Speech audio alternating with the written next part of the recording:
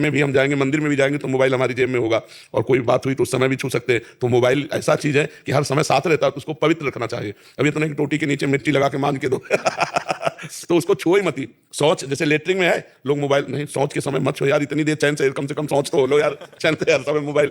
भोजन पाया, नाम जपते हुए पाओ, और हाथ धोया, आचमन किया, फिर मोबाइल उठा लिया। अगर कहीं उस समय भोजन के समय कोई इमरजेंसी फोन है तो बायां हाथ पवित्र रखा जाता है, इसीलिए बाएं हाथ से भोजन थोड़ी किया जाता है, दाएं हाथ से किया, एक ही हाथ से हो जाता। वो तो जो अज्ञानी लोग नहीं जानते, दोनों हाथ से ऐसे, नहीं तो एक हाथ से अभ्यास डालना चाहिए। एक हाथ पवित्र है, मोबाइल बाएं हाथ से उठा के बातचीत कर लो, रख लो। क्यों दोनों हाथ से पाते हो? महाराज जी संसार में तो सभी जैसे उसमें तो दोनों रोटी भी दोनों से तोड़ेंगे। नहीं नहीं, वो एक अंगूठे में कम दम है क्या?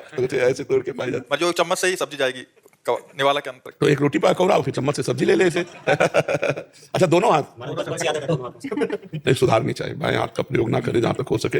देखो संतों की पंगत में एक हाथ से ही आपको पाते मिलेंगे, जो पवित्र धर्माचरण तो एक हाथ से ही पाए। हम लोगों को बचपन में सिखाया गया था, बाएं हाथ थाल में नहीं लगा सकते, ऐसे ही पाना, ऐसे ही पाना।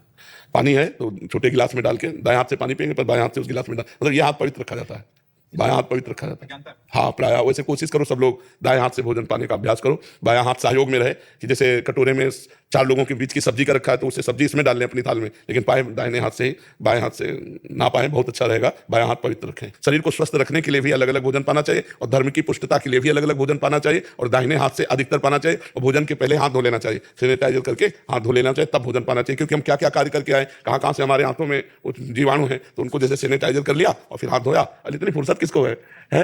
स्वस्थ रहने के लिए इतना तो करना चाहिए, भोजन के पहले तो करना चाहिए। हाथ को जो है चाहे साबुन से या सैनिटाइजर से धो के अच्छे से फिर प्रसाद पाना चाहिए।